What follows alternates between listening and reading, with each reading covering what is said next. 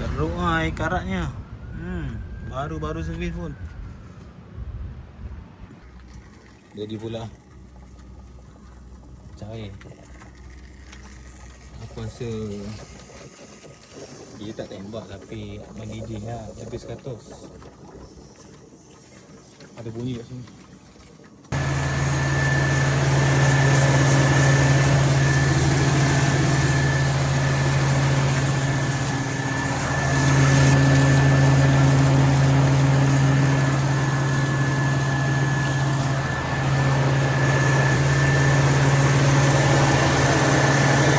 Tanda besar bunyi lah kalau ada air bunyi.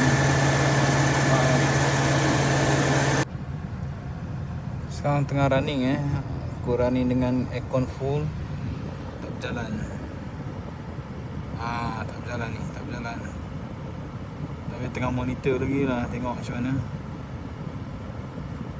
Mungkin sumbat tu dah keluar. Lepas tu kalau sumbat pula kena buat flushing lagi lah. Betul apa ni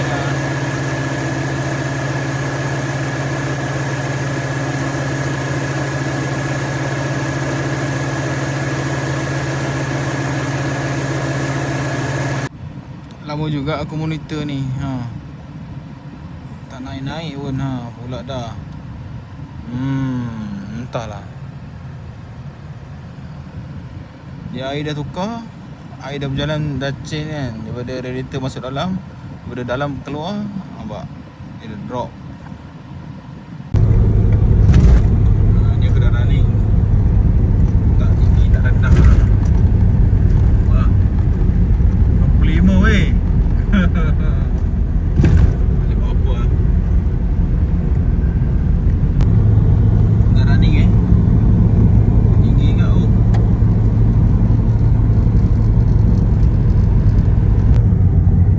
turun pula dah. Kau minta ni tak betul. Oi. Okey je. Dia turun pula dah. Ni dah lama running ni. Okey je. Betul-betul macam tak pakai thermostat. Ataupun subat tu dah terkeluar dah tadi. Okey. Kat belakang ni. Nah, ni aku tengah buat slow ni. Aku tengah pasang-pasang dulu. Nampak 60. 60 ni okey lah. Tak takut lagi lah kan. 100 takut lah. 60 takut lah. Ada 100 takut lah. 90 okey. Dah buat slow 90 normal lah. Naik 95 dah. Naik 95 dah. Nak relax santai. Ini takut, ini takut. Nak lepak dengan kita yang buka aircon.